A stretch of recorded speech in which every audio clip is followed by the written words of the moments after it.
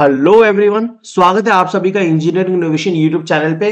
तो दोस्तों, आज मेन मुद्दे पे आने से पहले, मेन वीडियो स्टार्ट करने से पहले मैं आपके साथ एक बहुत ही जरूरी बात करना चाहता हूं। तो जो भी स्टूडेंट सीरियसली अभी पीजीसीआई डिप्लोमा ट्रेनिंग एग्जाम को टारगेट कर रहे हैं, उन सभी के लिए मेरा एक पेड कोर्स भी मेरे इंजीनियरिंग इनोवेशन एप्लीकेशन पे चल रहा है। और इस कोर्स के अंदर खास बात यह है कि जितना भी लेटेस्ट एमसीक्यूज है, मैंने 2022 23 24 20 21 इन 5 सालों में जितने भी लेटेस्ट एमसीक्यूज आए हैं, इन सभी एमसीक्यूज को एनालिसिस करके मैंने एक बहुत ही उम्दा क्वालिटी का कंटेंट थ्योरी डिजाइन किया है। और वो कंप्लीट थ्योरी मैं आपको इस कोर्स के अंदर करवा रहा हूं। तो पीजीसीएल डिप्लोमा ट्रेनिंग एग्जाम में, जैसे कि आप जानते हैं, बहुत सारे सब्जेक्ट्स हैं। Network, machine, power system, measurement, ये तो कुछ कॉमन सब्जेक्ट्स हैं। इसके अलावा जो एक्स्ट्रा सब्जेक्ट्स हैं, signal system, digital control system, power electronics, इन सब के लेक्चर्स भी अभी इस कोर्स के अंदर होने हैं, अभी हुए नहीं है। ये कोर्स 2 नवंबर से स्टार्ट हुआ है और इस कोर्स के अंदर अभी आपको नेटवर्क थ्योरी और पावर सिस्टम देखने को मिल जाएगा। ये कंप्लीट हो चुका है और इलेक्ट्रिकल मशीन्स की डेली लाइव क्लास अभी चल रही है। और अच्छी बात यह है कि इस बार से इस नए एप्लीकेशन पे मैंने पीसी वर्जन भी लॉन्च कर दिया है। तो अगर आपको लैपटॉप पर या पीसी पर अपने कंफर्टेबली वीडियोस देखनी है, तो आप आसानी से लॉग इन करके वीडियोस को एंजॉय कर सकते हैं। ठीक है, और पीडीएफ भी अवेलेबल है, सब कुछ है। और बहुत ही जल्दी इसमें मैं टेस्ट सीरीज पेड वाले बच्चों के लिए स्पेशली स्टार्ट करने जा रहा हूं, तो उसका भी एडवांटेज आपको मिल जाएगा।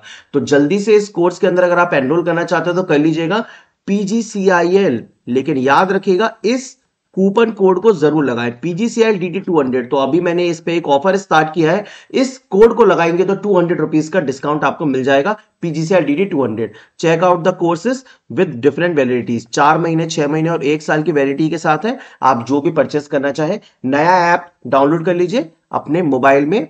ठीक है, डिस्क्रिप्शन बॉक्स में लिंक है। ओके, चलिए तो आज की वीडियो पर वापस आते हैं। आज हमें क्या करना है? आज हमें 5 मई 2023 को सॉल्व करना है। जी हां दोस्तों, 2 पेपर खत्म हो चुके हैं, 6 वीडियोस कंप्लीट हो चुकी हैं। आज ये इसी सीरीज में एक और पेपर को हम स्टार्ट करने जा रहे हैं 5 मई 2023, और उसका पार्ट नंबर 1 चालू करने वाले हैं। ठीक है, चलिए स्टार्ट करते हैं। तो देखिए, पहला क्वेश्चन है, what is it called when a diode exceeds the reverse voltage and then it fails and passes एक large current in the reverse direction. तो बेसिकली यहां पे डायोड में रिवर्स बायस में काम करा रहा है डायोड को। तो देखो, डायोड रिवर्स वोल्टेज मतलब रिवर्स बायस ये वाला रीजन होता है, फॉरवर्ड बायस ये वाला रीजन होता है। तो रिवर्स में जब वोल्टेज लगाएंगे तो कुछ देर तक तो क्या है, कुछ थोड़ी बहुत करंट फ्लो करेगी, जो कि लीकेज करंट या saturation current, reverse saturation current बोलते हैं। और फिर ये देखिए ब्रेकडाउन वोल्टेज, अगर हम इस वैल्यू से ज्यादा रिवर्स में वोल्टेज लगा दें तो फिर एक बहुत ही लार्ज करंट फ्लो करेगी रिवर्स में, जो कि डायोड को क्या कर देगी, डैमेज करेगी। ठीक है, तो डायोड का क्या हो जाएगा बताओ, ब्रेकडाउन हो जाएगा, है ना। लार्ज करंट रिवर्स में जाएगा तो ब्रेकडाउन हो जाएगा। ओके, मतलब ब्रेकडाउन होने के बाद लार्ज करंट रिवर्स में फ्लो करेगा और डायोड डैमेज हो जाएगा। चलिए, what is the Laplace of the function F of T बराबर e की पावर माइनस AT। तो ये देखिए, इसका आंसर तो सिंपल है, 1/s प्लस है ना। अब मैं आपको कुछ और लाप्लास भी बता देता हूं, जिससे आपको आगे किसी और क्वेश्चन में हेल्प मिलेगी। तो देखिए, हमारे पास कुछ सिग्नल्स हैं, कुछ स्टैंडर्ड सिग्नल्स हैं, जैसे कि इंपल्स, स्टेप, रैम्प, पैराबोलिक। तो पहले इनके लाप्लास पता होने चाहिए। जैसे कि आप देखो यहाँ पे, ये है इंपल्स सिग्नल, इसका लाप्लास है 1। ये है यूनिट स्टेप, इसका लाप्लास है 1/s। ऐसे ही रैम्प सिग्नल का 1/s स्क्वायर, पैराबोलिक सिग्नल का 1/s क्यूब। ठीक है, अब पैराबोलिक सिग्नल होता है t²/2, तो फिर 1/s क्यूब है। लेकिन अगर सिर्फ t² लिखा है तो 2 उधर चला जाएगा। आपको मैं एक जनरल फॉर्मूला बता देता हूं, t की पावर n का लाप्लास होता है फैक्टोरियल n/s की पावर n+1। ये इसका जनरल लाप्लास है, इसको लिख लीजिएगा कॉपी में। तो कोई भी t की पावर का फॉर्मूला आपसे बन जाएगा। तो जैसे मान लो t की पावर 3 का पूछा है, तो क्या हो जाएगा, फैक्टोरियल 3/s की पावर 3+1 मतलब 4। तो फैक्टोरियल 3 कितना होता है, 3 × 2 × 1, तो 6। क्लियर है। अब यहां देखो, e की पावर -AT ut, तो ये दो चीजों का मल्टीप्लीकेशन नहीं है, ये केवल e की पावर -AT ही है। इसको जनरली e की पावर -AT ut कहते हैं। तो ऐसा मत सोचना कि सर e की पावर -AT का 1/s प्लस है और ut का 1/s। ये पूरा ही एक फंक्शन है, e की पावर -AT ut। एक्चुअली में इसका जो पूछा है ना, ये इसका शॉर्ट फॉर्म पूछ लेता है। ये इनकरेक्ट है पूछना, अगर सही तरीके से लिखेंगे तो इसी तरीके से लिखना चाहिए। अगर कभी ड्राइव करने की जरूरत पड़ी तो मैं कभी ड्राइव करके समझाऊंगा कि e की पावर माइनस एटी यूटी और e की पावर माइनस एटी में क्या डिफरेंस है। आपके लिए ये अभी फिलहाल दोनों सेम है, तो आपके लेवल पे e की power minus A T U T 1/s plus A होता है, और फिर e की पावर एटी यूटी अगर है, अगर एक्सपोनेंशियल की पावर पॉजिटिव है तो यहां पे s माइनस ए आ जाएगा। फिर साइन ओमेगा टी का लाप्लास कितना होता है, omega upon S square plus omega square. Cos omega T का लाप्लास कितना होता है, S upon S square plus omega square. यही मेन है, बाकी की अगर देखना चाहो तो देख सकते हो। तो आंसर कितना हो जाएगा, 1/s प्लस है। अब देखो ये किस कंपोनेंट का सिंबल है, कौन सी चीज का सिंबल है ये, तो ये आपको पता होगा, आइसोलेटर का सिंबल है, ठीक है ना।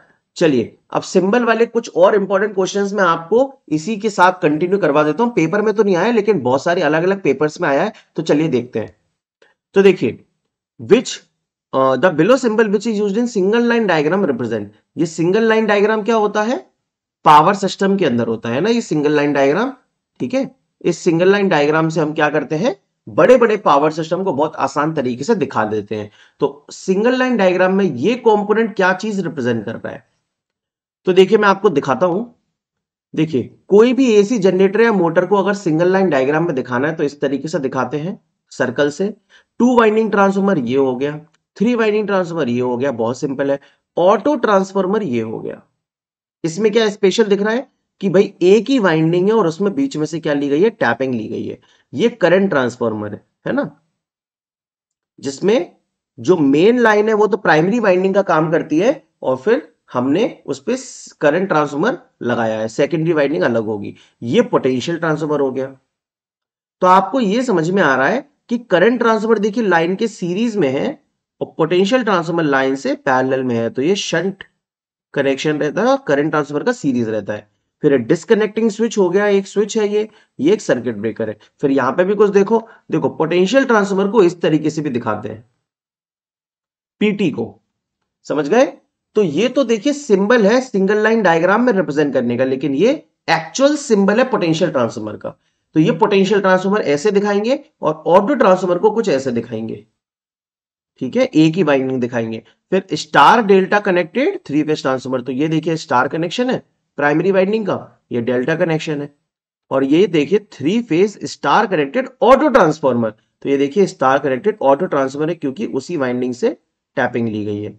तो ये बहुत सारे सिंबल्स मैंने आपको बताए, आई थिंक आपको समझ में आए होंगे। तो ये वाला सिंबल किसके लिए हो गया, पोटेंशियल ट्रांसफार्मर, ठीक है। फिर देखिए एक और क्वेश्चन है, इसमें स्विचेस के सिंबल्स हैं, ठीक है। अलग अलग टाइप के स्विच होते हैं, जैसे कि ये जो 4 लिखे हुए हैं, ये 4 टाइप के स्विच होते हैं। पहले इनको समझ लेते हैं। देखिए क्या होता है, एक चीज होती है पोल और एक चीज होती है थ्रो, पोल और थ्रो। तो देखो यहां पे एक पोल है और इसको हम एक ही बार इस पर थ्रो कर सकते हैं, तो सिंगल पोल सिंगल थ्रो। यहां पर एक पोल है और इसको हम या तो इधर थ्रो कर सकते हैं या फिर हम इसको इधर थ्रो कर सकते हैं। तो एक पोल को 2 जगह थ्रो कर सकते हैं, सिंगल पोल डबल थ्रो, बस समझ में आ गया। फिर ये देखिए 2 पोल है, इन दोनों को मैं एक बार में केवल एक ही जगह थ्रो कर सकता हूं, कहां पे, इस जगह। ये दोनों एक ही बार में एक दूसरे से कनेक्ट है, तो एक ही जगह थ्रो हो पाएगा, डबल पोल सिंगल थ्रो, और ये हो जाएगा डबल पोल डबल थ्रो। तो इसी तरीके से ये क्या हो गया, यस 2 पोल है, एक ही जगह थ्रो कर सकते हैं केवल इस जगह, तो डबल पोल सिंगल थ्रो। चलिए, which of the following terminologies is used in the rotational mechanical system. कौन सी टर्मिनोलॉजी इनमें रोटेशनल सिस्टम के लिए यूज होती है, तो देखो फोर्स ले लो, मास ले लो, डिस्प्लेसमेंट ले लो, ये सब किसके लिए है, लीनियर सिस्टम के लिए है, या ट्रांसलेशनल सिस्टम बोलते हैं।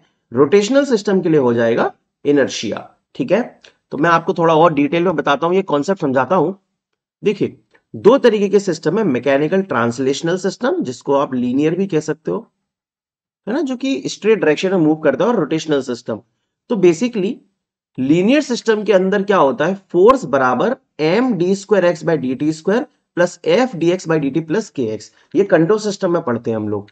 एफ है फोर्स, एम है मास, एक्स है डिस्प्लेसमेंट, एफ है फ्रिक्शन कोएफिशिएंट, के है स्प्रिंग कांस्टेंट। तो इसी तरीके से इसकी इक्वेशन बनेगी रोटेशनल सिस्टम में ये। Torque equal to J D square theta by D T square plus F D theta by D T plus K theta. T tau है टॉर्क, जे है मोमेंट ऑफ इनर्शिया, थीटा हो गया angular displacement और F हो गया friction damping coefficient और के हो गया स्प्रिंग कांस्टेंट। चिंता मत कीजिए, ये सब कुछ यहां पे लिखा है। तो देखिए फोर्स के इक्विवेलेंट क्या हो जाएगा टॉर्क, मास के equivalent moment of inertia, damping coefficient का इक्विवेलेंट डैम्पिंग कोएफिशिएंट ही है, डिस्प्लेसमेंट का इक्विवेलेंट एंगुलर डिस्प्लेसमेंट, डिस्प्लेसमेंट यहां पे x है, एंगुलर डिस्प्लेसमेंट थीटा है, और वेलोसिटी क्या होता है, rate of change of displacement, तो v, और एंगुलर वेलोसिटी हो जाएगा ओमेगा जो कि होगा D theta by D T, और ये v होगा dx बाई डी टी। समझ में आ गया? चलिए, तो ये हमने बहुत एक सिंपल से क्वेश्चन से इतना खतरनाक कॉन्सेप्ट सीख लिया है। अब इससे रिलेटेड जितने भी क्वेश्चन पेपर में आते हैं इन दोनों सिस्टम से रिलेटेड आप आराम से बना लोगे। चलो इस क्वेश्चन को देखो, विच of the following statement is incorrect for domestic wiring. हमारे घर में जो वायरिंग होती है उसके लिए गलत कौन सा है? तो देखो 3 wires are used, live wire, neutral wire and earth wire. सही बात है, 3 वायर यूज करते हैं ना। The black wire is live wire. क्या लाइव वायर ब्लैक कलर का होता है? नहीं, तो ये स्टेटमेंट गलत हो जाएगा। हम जानते हैं लाइव वायर देखिए रेड है, अर्थ वायर ग्रीन होता है और न्यूट्रल वायर ब्लैक होता है। चलिए बाकी स्टेटमेंट देख लेते हैं। Live wire has a high potential of 220 volt where is the neutral wire है 0 पोटेंशियल। सही बात है। और earth wire is much thick in size and is made of copper. ये भी सही बात है। अर्थ वायर को मोटा बनाते हैं। क्यों मोटा बनाते हैं? क्योंकि एरिया ज्यादा होगा तो जो रेजिस्टेंस है वो कम हो जाएगा अर्थ वायर का। तो रेजिस्टेंस कम होना चाहिए जिससे कि कोई भी लीकेज करंट है वो अर्थ में जा सके। चलिए इस क्वेश्चन को देखिए, सिंपल केवीएल लगाना है आपको यहां पे ऐसे क्लॉकवाइज। तो मैं इस वाले टर्मिनल से स्टार्ट करता हूं। तो माइनस का V1 प्लस का V2 प्लस का V3 माइनस का V4 और फिर ये प्लस का V5 इक्वल टू 0। निकालना क्या है आपको? V5 निकालना है। सारे वोल्टेजेस कितने हैं? 10 10 10 वोल्ट है, सेम है। तो माइनस 10 प्लस 10 प्लस 10 माइनस 10 सब कट गया। V5 कितना आ गया? 0। ये देखिए कंट्रोल सिस्टम का क्वेश्चन दे रहा है, which of the following component represents the feedback system in speed control of DC machine system.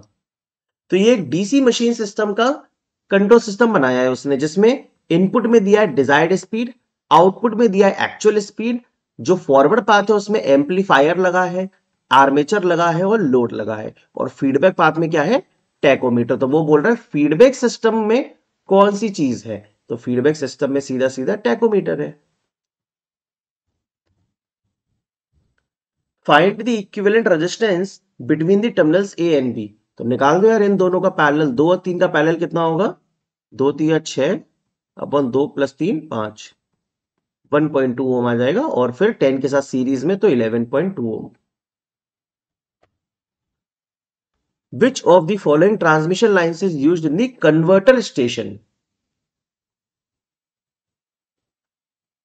ये कन्वर्टर क्या चीज है? देखो यार, देखो कन्वर्टर बोल दो या फिर रेक्टिफायर बोल दो, ये दोनों एक ही चीज होती है। ठीक है, आजकल ये इसका फैंसी नाम चालू हो गया है कन्वर्टर। एसी टू डीसी करता है ये, है ना। और फिर एक होता है इन्वर्टर जो कि डीसी टू एसी करता है। सो कन्वर्टर स्टेशन में कौन सी ट्रांसमिशन लाइन यूज करेंगे? तो एसी टू डीसी जब कर दिया तो फिर डीसी ट्रांसमिशन लाइन को ही यूज करेंगे, एचवीडीसी लाइन। सिंपल। तो देखो ये एचवीडीसी कन्वर्टर स्टेशन का पूरा डायग्राम है, जिसमें आपको क्या क्या देखने को मिल जा रहा है। देखो एक एसी बस देखने को मिल जा रही है। इस एसी बस पे देखो एसी फिल्टर लगा है, ये रिएक्टिव पावर सोर्स लगा है ना, कैपेसिटर, फिर सर्किट ब्रेकर है, ट्रांसफॉर्मर है, उसके बाद ये देखिए लगा है कन्वर्टर। ये है कन्वर्टर, ये जो है कन्वर्टर है। ये क्या करेगा? एसी को डीसी में कर देगा। फिर आगे क्या मिल जाएगी हमें? डीसी ट्रांसमिशन लाइन मिल जाएगी, जिसमें पहले डीसी स्मूथनिंग रिएक्टर लगा होता है और डीसी लाइन के लिए भी एक एलसी फिल्टर लगा होता है। फिर यहां पे डीसी लाइन है, फिर फिल्टर लगा है, फिर स्मूथनिंग रिएक्टर, और फिर ये इन्वर्टर है दोस्त, इन्वर्टर, जो कि फिर से एसी में कर देगा, और ये फिर से हमारी एसी बस आ गई। तो इस तरीके से ये पूरा एक स्टेशन का रिप्रेजेंटेशन है। ठीक है, which of the following lines, अच्छा, which of the following protection is used at the crossing of lines with roads, railway tracks etcetera. तो जब रोड और रेलवे ट्रैक नीचे होती है तो जो लाइंस ऊपर से क्रॉस करके जा रही हैं उसके लिए क्या प्रोटेक्शन यूज करते हैं? गार्डिंग, है ना। ये पहले भी किया हुआ है ये गार्डिंग वाला कॉन्सेप्ट। तो देखो ये जैसे टेलीग्राफ लाइन है, टेलीफोन लाइन अगर जा रही है नीचे से तो बीच में गार्ड वायर लगाते हैं, है ना, पावर लाइन और टेलीफोन लाइन के बीच में। यहां देख लो, यहां पे भी गार्ड वायर लगाया हुआ है, ठीक है। नीचे रेलवे लाइन जा रही है तो लिखा क्या है? Every guard wire shall be connected with the earth at each point eight which electrical continuity is broken. तो जो गार्ड वायर है ये अर्थ से कनेक्ट किया जाता है जब जब इसको ब्रेक करते हैं तो, ठीक है। तो ये बड़ा ही इंपॉर्टेंट पॉइंट है, इसको ध्यान रखना। ये अर्थिंग अर्थिंग की जाती है इस गार्ड वायर की, ठीक है। चलो,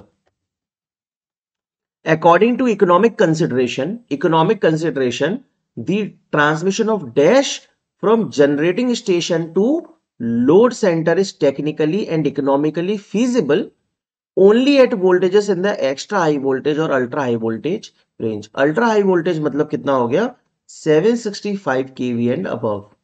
तो जब इतने हाई वोल्टेज पर हम काम कर रहे हैं तो फिर कौन सी पावर भेजें जो कि इकोनॉमिक हो? ऑब्वियस सी बात है, बल्क पावर। जब बहुत ज्यादा पावर भेजनी है आपको तो आप इतने हाई वोल्टेज पे काम करेंगे, बल्क में पावर भेजेंगे जनरेटिंग स्टेशन से लोड सेंटर में। ये बहुत ही सिंपल नेटवर्क का क्वेश्चन है। All mesh are loop but all loop are not mesh. क्या ये सही बात है? देखो, इसके लिए एक बहुत ही सिंपल सा वेन डायग्राम है। ये हो गया लूप, ये हो गया मैश।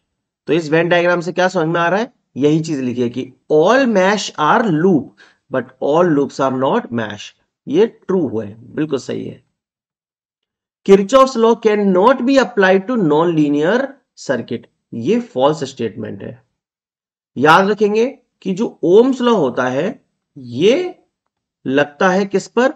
लीनियर सर्किट्स पे, ठीक है। और तब जब टेम्परेचर कांस्टेंट हो।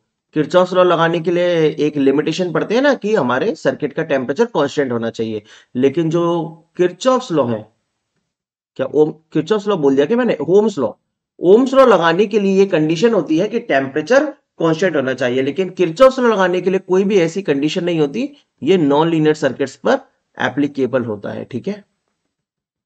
तो आंसर क्या हो जाएगा? True and false. ये बोल रहा है कैन नॉट बी अप्लाइड, जो कि गलत स्टेटमेंट है। True false. अब देखिए, which type of non linearity is present in the following system. तो इसमें क्या दिख रहा है आपको ग्राफ में? देखो, dead zone, exponential, square law, saturation. तो एक्सपोनेंशियल और सैचुरेशन, स्क्वायर लॉ जैसा तो मुझे कुछ नहीं दिख रहा। एक्सपोनेंशियल होता है, देखो अगर मैं लिखूं e की पावर at तो जीरो पर t इक्वल टू जीरो पर वैल्यू कितनी आएगी? 1, और t इक्वल टू इन्फिनिटी पे वैल्यू कितनी आएगी? इन्फिनिटी। तो ये कुछ इस तरीके से इंक्रीज होगा एक्सपोनेंशियल। अगर मैं स्क्वायर लॉ की बात करता हूं तो वो पैराबोलिक ग्राफ बनेगा y equal to X square.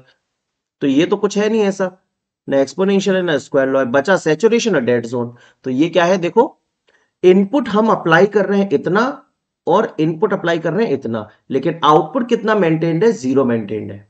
तो इनपुट कुछ दे रहे हैं लेकिन फिर भी आउटपुट जीरो है, मतलब कोई आउटपुट शो नहीं कर रहा है हमारा इंस्ट्रूमेंट, तो वो मरा हुआ इंस्ट्रूमेंट है अभी, डेड जोन।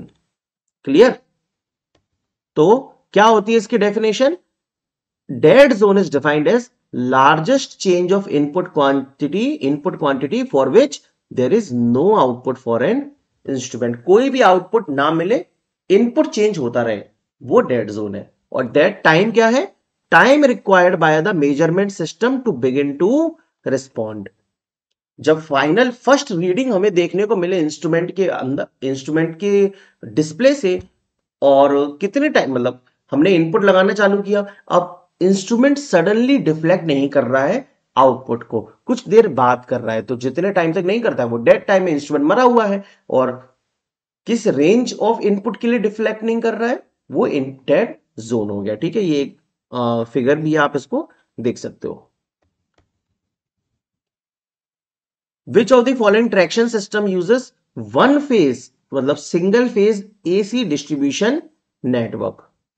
कौन सा traction system single phase AC distribution network use कर रहा है for minimum cost and high transmission efficiency with DC series motor? Basically DC series motor तो देखो ट्रैक्शन में मोटर को मतलब पहियों को घुमाने के काम आती है, लेकिन यहाँ पे जो मेनली ट्रैक्शन सिस्टम काम करता है वो सिंगल फेज एसी पर ही काम करता है, 25 केवी 50 हर्ट्ज पे, ठीक है।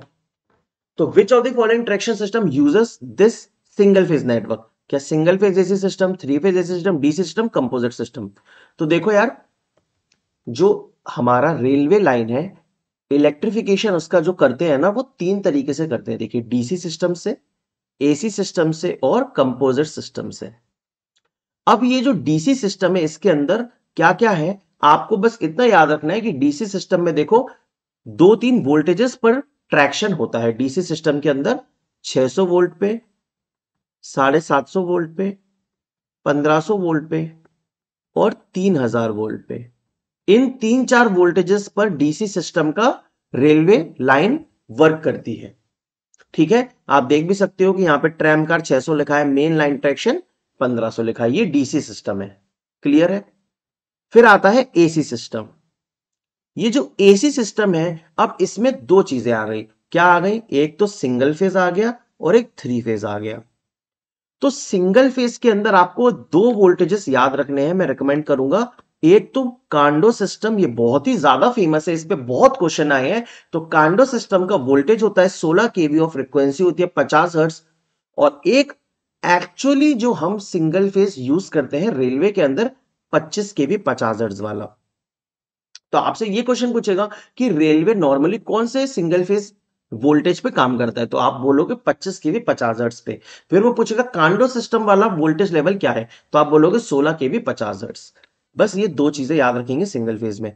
थ्री फेज में क्या याद रखना है?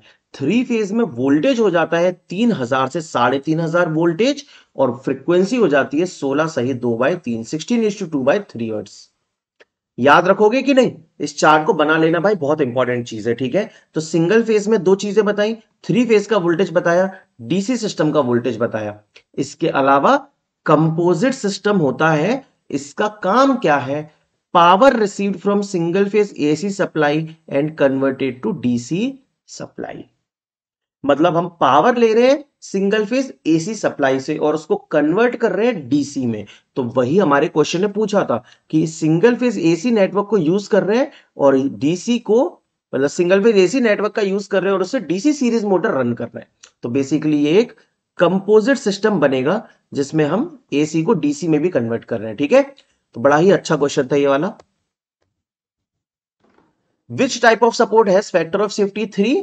तो यार इसका आंसर होता है वुडन सपोर्ट्स। तो देखो यार, मेटल सपोर्ट्स जो होते हैं, देखो मैं अलग अलग टाइप के सपोर्ट्स लिख देता हूं। Metal, prestressed cement concrete,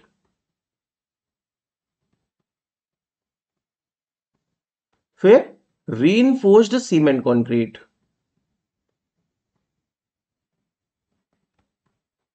and wooden supports. ये चार तरीके के आपके सपोर्ट्स होते हैं, ठीक है। जिसमें वुडन सपोर्ट को सबसे ज्यादा फैक्टर ऑफ सेफ्टी की जरूरत है और बाकियों को कम। तो यहां पे होता है 1.5, 2, 2.5 और 3। इस तरीके से मामला चलता है, बड़ा ही आसान है याद रखना।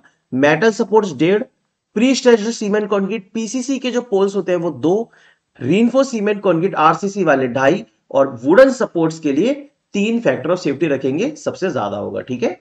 हाँ देखो ये लिखा है ना, मैकेनिकली प्रोसेस्ड कंक्रीट सपोर्ट। तो प्री स्ट्रेस्ड सीमेंट कंक्रीट क्या है? यही वाला है, ये 2 हो गया। और हैंड माउल्टेड कंक्रीट सपोर्ट ये आरसीसी हो गया, इसका 2.5 हो गया। और मेटल सपोर्ट्स का 3 हो गया। Find the value of R in the given circuit.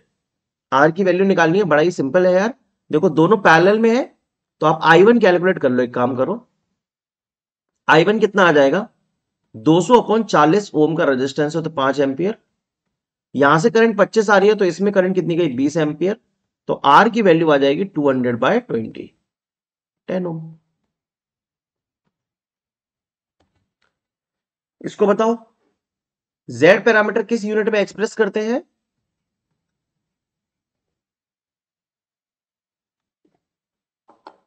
ओम में करते हैं, सिंपल सी बात है। चल रहा है ना मामला सब ठीक? चलो, which of the following is defined as the ratio of total number of lumens reaching the working plane to the total number of lumens emitting from the source। तो ये अच्छा क्वेश्चन है यूटिलाइजेशन का। कौन सा फैक्टर है ये? Utilization factor. कितना ल्यूमेन वर्किंग प्लेन पे पहुंच रहा है जिस पर हम काम कर रहे हैं, मतलब या फिर जो हमारी जरूरत है, जिस जगह लाइट आना चाहिए, to the total number of lumens emitting from the source, कितना एमिट कर रहा है वो सोर्स से। अब देखो इसमें एक और बहुत इंपॉर्टेंट फैक्टर है मेंटेनेंस फैक्टर। ये क्या होता है?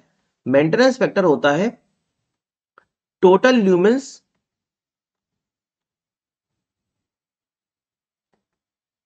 Under normal working condition. क्या लिख दिया, एक सेकेंड। टोटल ल्यूमेन्स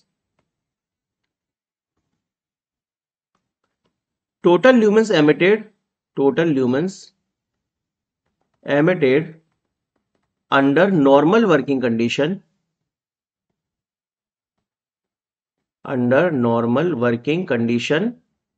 to the, इसके नीचे क्या आता है?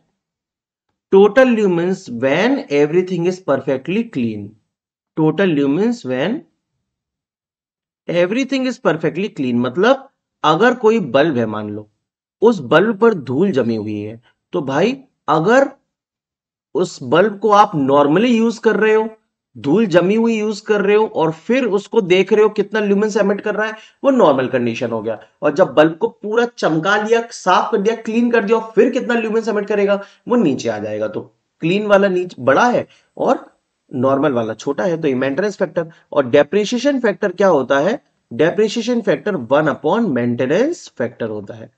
चलिए ठीक है, okay. Which of the following advantage of electric heating represented by no noise, no irritating noise and low radiation loss? मतलब नॉइस भी नहीं आ रही है और लॉस भी, रेडिएशन लॉस कम है। तो कौन सा एडवांटेज है ये? बेसिकली क्या बता रहा है? Heating of non conducting materials, ऐसा तो कुछ नहीं बता रहा। लेस फ्लो एरिया, ऐसा भी कुछ नहीं बता रहा। ऑटोमेटिक प्रोटेक्शन, ऐसा भी कुछ नहीं बता रहा। बेटर वर्किंग कंडीशन, तो बहुत अच्छी वर्किंग कंडीशन है, बेसिकली यही बता रहा है ये इलेक्ट्रिक हीटिंग के बारे में। ठीक है। A load is connected to a network. At the terminals to which the load is connected, RTH and VTH आपको दे रखा है, the maximum possible power supplied to the load। तो P max कितना होगा? VTH square upon 4 RTH। बहुत ही simple question है। 40 into 40 upon 4 into 10, ये कट गया 40 what. In alternators, a pole pitch is always dash electrical degrees regardless of the number of poles on the machine। तो pole pitch कितना होता है? 180 degree होता है। ठीक है, तो इसमें देखिए यहाँ पे एक डायग्राम के अंदर ये बड़ी इंपॉर्टेंट चीज आपको मैं दिखाता हूं, पोल आर्क। ये क्या चीज होती है? तो भाई ये जो पोल है, इसका ये जो फेस है, ये कितना लेंथ कवर कर रहा है। ठीक है, तो ये जो लेंथ कवर होगी यहां से लेके यहां तक, ये होती है पोल आर्क। और इस पोल के सेंटर से लेके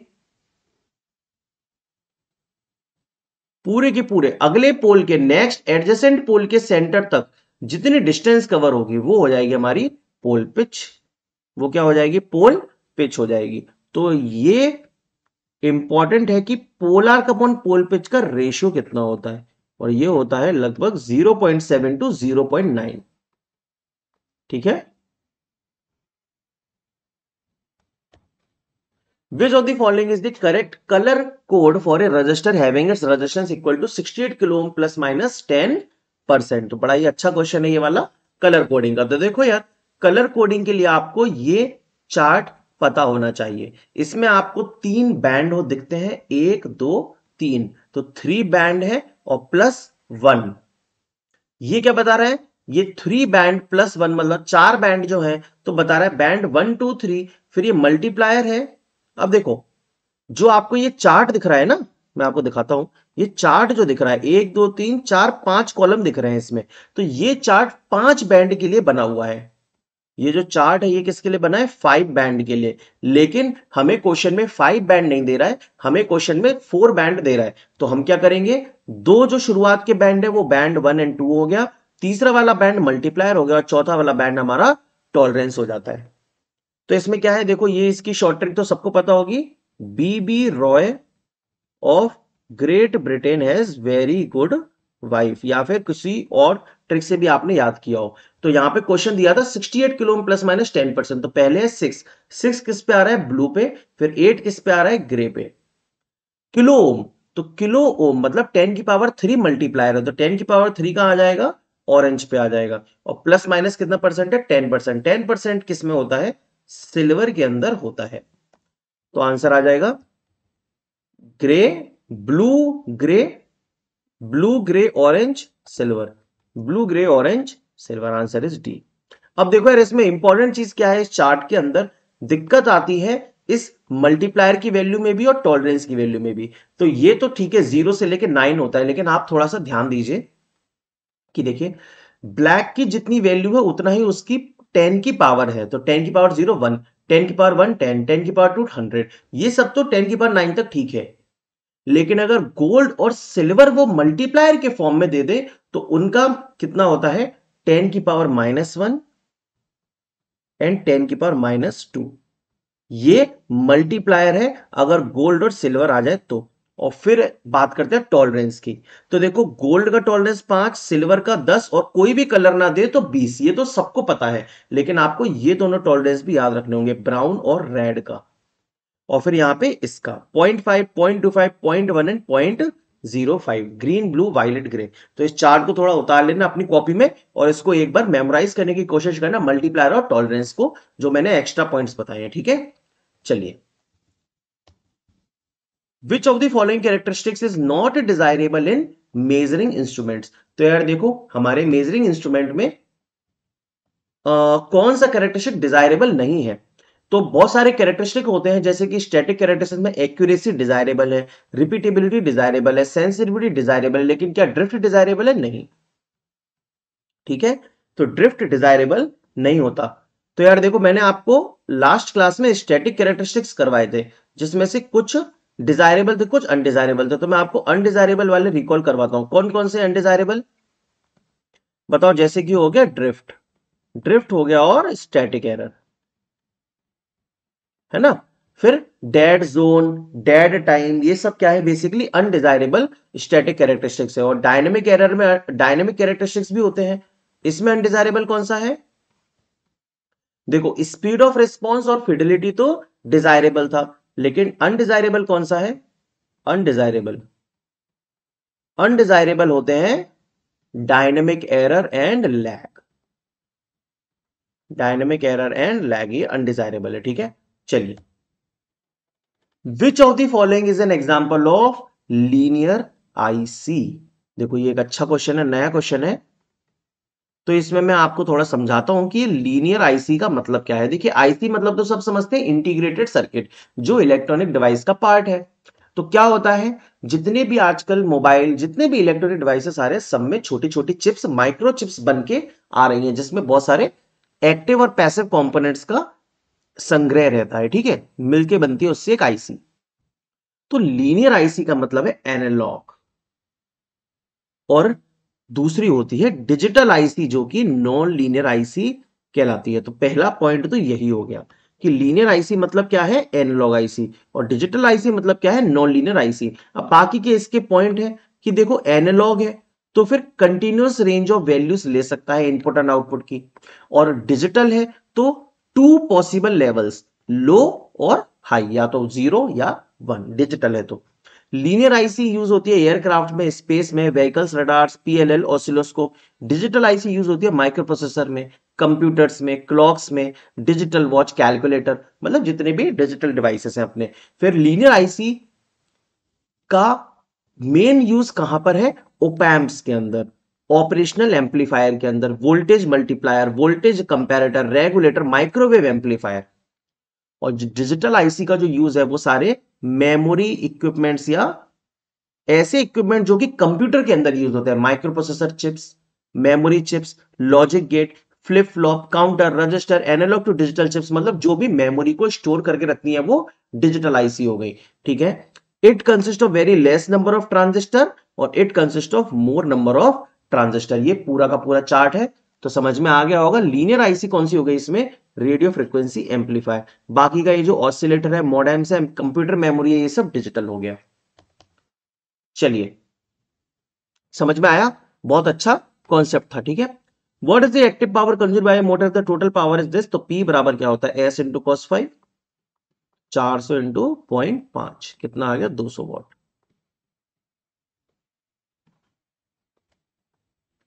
ठीक है। Which of the following types for the capacitive effect is associated for a long transmission line? Long transmission line में कौन सा कैपेसिटी इफेक्ट एसोसिएटेड होता है? तो देखो, लॉन्ग ट्रांसमिशन लाइन में आर एल सी जी, जी मतलब शंट कंडक्टेंस, ये चारों ही पैरामीटर्स डिस्ट्रीब्यूटेड नेचर के रहते हैं, है कि नहीं। आर एल जो है, इसमें से सिर्फ आर एल मतलब जो शॉर्ट ट्रांसमिशन लाइन होता है उसमें सिर्फ क्या रहता है, R L parameter, R L lumped model. और मीडियम ट्रांसमिशन लाइन में क्या रहता है दोस्त, आर एल और सी का लंप्ड मॉडल रहता है। तो शॉर्ट ट्रांसमिशन लाइन में कैपेसिटेंस नहीं लेते, मीडियम ट्रांसमिशन लाइन में कैपेसिटेंस ले लेते हैं लेकिन कंडक्टेंस नहीं लेते, और लॉन्ग ट्रांसमिशन लाइन में चारों ले लेते हैं और डिस्ट्रीब्यूटेड नेचर के रहते हैं। तो आंसर आ जाएगा कैपेसिटेंस डिस्ट्रीब्यूटेड। समझ में आ गया? चलिए,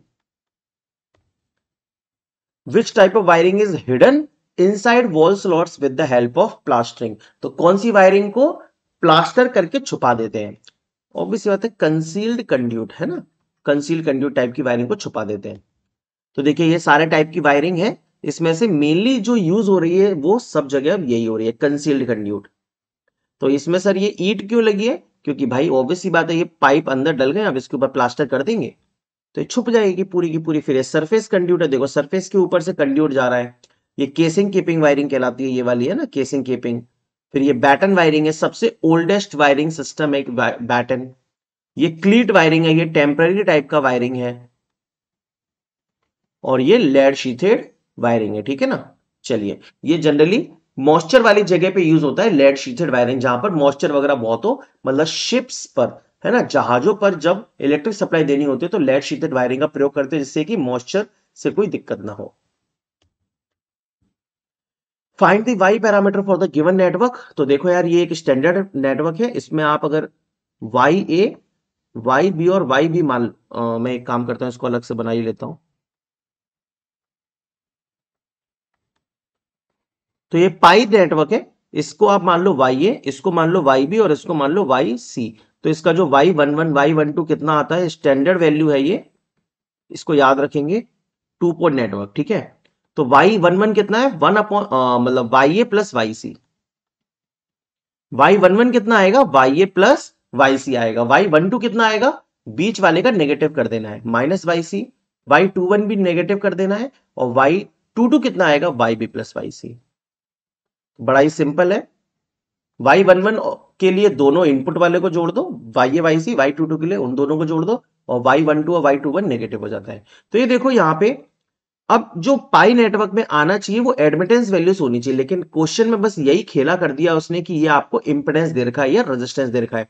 तो 1/2 ओम कर देंगे, तो 1/2 साइमन हो जाएगा, ये 1/8 साइमन हो जाएगा, ये 1/4 साइमन हो जाएगा। तो अब निकाल लो y11 कितना आ गया, 1/2 प्लस 1/4 मतलब 0.75 साइमंस। ठीक है, तो यही गलती मत करिएगा जल्दबाजी में। Two non reference nodes form super node if a dash is connected between them. तो सुपर नोड के बीच, मतलब सुपर नोड कब बनता है, जब बीच में क्या हो, वोल्टेज सोर्स हो।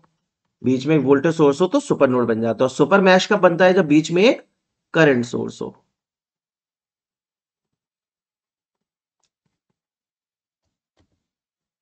What is the value of surge impedance? Surge impedance होता है अंडर रूट एल अपॉन सी, अंडर रूट 169 अपॉन 64, 13/8। 1/8 होता है 0.125, तो 13 इंटू 0.125 कर कितना आएगा, 13 पंजे 65 की 5 और 6, 13 दूनी 26 और 6 32 की 2 और 3, 13 एकम 13 और 3 16, 1.625, C is correct. If the horizontal input is EM sin omega t and vertical input is EM sin omega t plus 50 degree, तो what is the Lissajous pattern? तो देखो Lissajous पैटर्न में आपको बता देता हूं, रिवाइज करा देता हूं सारे। देखिए, लेसार्जोस पैटर्न तीन तरीके का होता है, एक तो स्ट्रेट लाइन, एक सर्कल और तीसरा इलिप्स। तो स्ट्रेट लाइन होता है 0 डिग्री पे, पॉजिटिव स्लोप होता है इसका, देखिए थीटा एंगल लेस देन 90 आएगा, पॉजिटिव स्लोप है ये 0 डिग्री पे या 360 डिग्री पे। स्ट्रेट लाइन है फर्स्ट और थर्ड क्वाड्रेंट में। 180 डिग्री पे स्ट्रेट लाइन होती है नेगेटिव स्लोप के साथ, या फिर कौन सा क्वाड्रेंट में, सेकंड एंड फोर्थ क्वाड्रेंट में। Straight line clear. फिर आता है सर्कल। जो सर्कल है वो 90 डिग्री या 270 डिग्री पर आता है, ठीक है, तो सर्कल ही हो जाएगा। और फिर आता है मेन इलिप्स। इसका क्या हिसाब किताब है, देखो इलिप्स जो है पॉजिटिव स्लोप का और नेगेटिव स्लोप का होता है, या फिर फर्स्ट एंड थर्ड क्वाड्रेंट का होता है और सेकंड एंड फोर्थ क्वाड्रेंट का होता है। तो फर्स्ट एंड थर्ड क्वाड्रेंट के लिए कैसे जाना है, 0 से 90 एंड 270 से 360, ये दो एंगल पकड़ना है फर्स्ट और थर्ड के लिए। और 180 से 270, अच्छा इसमें जाओगे 90 से 180 और 180 से 270, तो फिर इसमें सेकंड एंड फोर्थ में इलिप्स बनता है, ठीक है। तो ये आपका लेसार्जोस पैटर्न है। क्वेश्चन में दिया था देखो 50 डिग्री, तो किस के लिए आ रहा है, ये किस में आ रहा है, ये 0 से 90 की रेंज में आ रहा है, तो एलिप्स बनेगा फर्स्ट और थर्ड क्वाड्रेंट में। तो आंसर क्या हो जाएगा हमारा, डी। इसके लिए एंगल हो गया 90 डिग्री, ये हो गया 90 से 180, रुक जाओ एक सेकेंड, ये कितना हो गया 90 से 180 एंड 180 से 270, ठीक है। सर पूरा का पूरा वो क्यों नहीं लिख दे रहे 90 से 270, अरे भाई 180 पे नहीं बनेगा, 180 पे क्या बनेगा, नेगेटिव स्लोप के साथ स्ट्रेट लाइन। चलो ठीक है। A series RLC circuit will have unity power factor. कब होगा यूनिटी पावर फैक्टर, जब इंडक्टिव रिएक्टेंस कैपेसिटिव रिएक्टेंस के बराबर हो जाए, इंपेडेंस की मिनिमम वैल्यू होती है आर, तब यूनिटी पावर फैक्टर होगा रेजोनेंस कंडीशन पे, XL equal to XC. In which of the following cases is the use of auto transformer more economical as compared to a two winding transformer? तो बड़ा ही प्यारा question है। देखो auto transformer और to winding transformer, पहली बात तो मैं आपको एक डिफरेंस समझाता हूं, बड़ा ही मस्त चीज है। देखिए टू वाइंडिंग ट्रांसफॉर्मर में मैं आपको पहले भी इन वीडियोस में बता चुका हूं कि के जो होता है उसको हम लोग ट्रांसफॉर्मेशन रेशियो कहते हैं, और ये किसका रेशियो होता है, यस ये secondary winding turns upon primary winding turns का रेशियो होता है। तो अगर मैं स्टेप अप ट्रांसफॉर्मर की बात करूंगा तो स्टेप अप ट्रांसफॉर्मर के लिए सेकेंडरी टर्न ज्यादा होंगे तो के ग्रेटर देन 1 होगा। स्टेप डाउन ट्रांसफॉर्मर की बात करूंगा तो सेकेंडरी टर्न्स कम होंगे तो के की वैल्यू लेस देन 1 हो जाएगी, ये ठीक है। अब ऑटो ट्रांसफॉर्मर पर आते हैं। देखिए ऑटो ट्रांसफॉर्मर के लिए भी एक के डिफाइन किया जाता है, जो कि क्या होता है, low voltage winding turns upon high voltage winding turns. ये फिक्स्ड है, ये चेंज नहीं होता, तो मतलब के की value less than equal to 1 always रहती है। ये सिर्फ और सिर्फ ऑटो ट्रांसफॉर्मर के लिए, ध्यान देना भाई, ठीक है। अगर इस कॉन्सेप्ट के साथ चलोगे तो कभी क्वेश्चन गलत नहीं होगा। तो ऑटो ट्रांसफॉर्मर में जो के है ये एलवी अपॉन एचवी का रेशियो होता है हमेशा, लो वोल्टेज ऊपर हाई वोल्टेज नीचे, तो ये हमेशा लेस देन 1 आएगा। लेकिन टू वाइंडिंग ट्रांसफॉर्मर के अंदर ये greater than 1 and less than 1 दोनों आ सकता है। अब ऑटो ट्रांसफॉर्मर के अंदर एक ही वाइंडिंग रहती है तो इसमें कॉपर कम यूज होता है, कोर मटेरियल सिंगल एक कोर रहती है जिसपे दोनों एक दूसरी वाइंडिंग की टैपिंग ले लेते हैं, तो कॉपर की सेविंग होती है इसमें, कॉपर की सेविंग। तो परसेंटेज जो सेविंग है ऑटो ट्रांसफॉर्मर में कॉपर की with respect to percentage saving within two winding transformer, ये रेशियो होता है के बराबर। किसके बराबर, के बराबर। मतलब क्या हो गया, के की वैल्यू जितना हाई होगा परसेंटेज सेविंग ऑटो ट्रांसफॉर्मर में उतना ही ज्यादा होगा, उतना ज्यादा होगा। सो बेसिकली बोल रहा है in which of the following case is the use of auto transformer more economical as compare to two winding. तो किस केस में ज्यादा इकोनॉमिकल होगा जब के की वैल्यू जितनी हाई होगी, क्योंकि उसी टाइम पे ज्यादा परसेंटेज सेविंग होगी। तो वोल्टेज रेशियो 0.9 पे, तो परसेंटेज सेविंग इतनी हो रही है, तो परसेंटेज ऑफ वॉल्यूम कितना लग रहा है, यह भी क्वेश्चन पूछ सकता है वो। परसेंटेज ऑफ वॉल्यूम कॉपर का कितना यूज हो रहा है, सेव कितना कर रहे हो वो के है, तो यूज कितना कर रहे हो वो 1 - के है। तो अगर के की वैल्यू 0.9 हो गई तो 90% सेविंग हो रही है, और 1 - 0.9 0.1, 10% यूज हो रहा है। ये पूरा कॉन्सेप्ट है, ठीक है। चलिए अब आ जाइए इस क्वेश्चन पे। विच of the following factors is not a cause of insulator damage. तो कुछ कॉज होंगे जिनसे इंसुलेटर डैमेज होगा, कुछ नहीं होंगे। तो देखो, ये होती है पीजी क्लैंप, समझे, पैरेलल ग्रूव क्लैंप। एक ग्रूव ये रहा, इससे वायर निकलेगा, एक ग्रूव ये रहा, इससे वायर निकलेगा, parallel groove clamp. Pin type insulator के लिए, जंपर वायर के लिए, काफी जगह इसको पावर सिस्टम में बहुत नॉर्मल तरीके से बहुत यूज करते हैं, ठीक है, जंपर वायर्स वगैरह के लिए। तो excessive tightening of PG clamps, अगर हम पीजी क्लैंप को बहुत ज्यादा कस दे तो क्या डैमेज हो सकता है यार, बिल्कुल, अगर कस दे ज्यादा तो। Rainy season over dust, dust over the insulator. अच्छा, rainy season dust over the insulator, क्या ये एक डैमेज का फीचर है? हो सकता है। Difference in temperature in hot and cold sessions, जब टेम्परेचर डिफरेंस बहुत ज्यादा हो जाए तो क्या पता क्रैक आ जाए, ये भी हो सकता है। लेकिन high number of disc insulators connected together, आपने बहुत सारे डिस्क सीरीज में कनेक्ट कर दिए, तो क्या इससे डैमेज होने का खतरा है? भाई ये कैसा खतरा है, ऐसा थोड़ी होता है। तो ये गलत रीजन है, बाकी सब सही रीजन है, ठीक है, डैमेज होने के। अब देखो ये क्वेश्चन, ये नेटवर्क थ्योरी का क्वेश्चन है यार। 240 वोल्ट 50 हर्ट्ज की साइन वेव है। तो देखो यार, बहुत ही सिंपल क्वेश्चन है। क्या होता है जब फ्रीक्वेंसी 50 हर्ट्ज होती है ना, तो एक चीज ध्यान रखेंगे कि टाइम पीरियड हो जाएगा 1/फ्रीक्वेंसी, मतलब 20 मिली सेकेंड। तो जो एक साइकिल है उसको टोटल कितना मिली सेकेंड लगेगा कवर होने में? एक साइकिल का टाइम पीरियड होगा 20 मिली सेकेंड। तो आधी साइकिल का टाइम पीरियड कितना हो जाएगा? 10 मिली सेकेंड हो जाएगा। क्वेश्चन क्या पूछ रहा है? क्वेश्चन पूछ रहा है कि sine wave is starting at its positive half cycle at T equal to 0। यहां से मामला चालू हो रहा है। It will achieve its negative maximum value in, कब अचीव हो जाएगी नेगेटिव मैक्सिमम वैल्यू? ये रही नेगेटिव मैक्सिमम वैल्यू। तो ये कितना टाइम पीरियड हो गया बताओ? ये हो गया 15 मिली सेकेंड, ठीक है, 15 मिली सेकेंड में अचीव हो जाएगी। 10 इतना हो गया, और बाकी जो 10 बचा उसमें से आधा 5 मिली सेकेंड और जोड़ देंगे। देखो भाई, ये जो चीज है, अब मुझे पता नहीं है कि ये इलेक्ट्रिकल इंजीनियरिंग में क्या कर रही है, लेकिन अब है तो है। कॉन्क्रीटिंग मिक्सचर का रेशियो बोला है 1:3:6 रेशियो, क्या बता रहा है, ठीक है।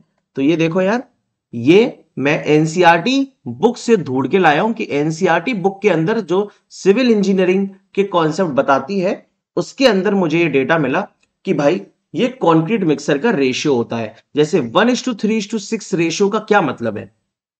इसका मतलब है जो स्टोन लग रहा है वो 100 क्यूबिक फीट लग रहा है, जो सैंड लग रही है वो 50 क्यूबिक फीट लग रही है, जो वाटर लग रहा है वो 484 लीटर लग रहा है, और जो सीमेंट के कट्टे लग रहे हैं वो 13 कट्टे लग रहे हैं।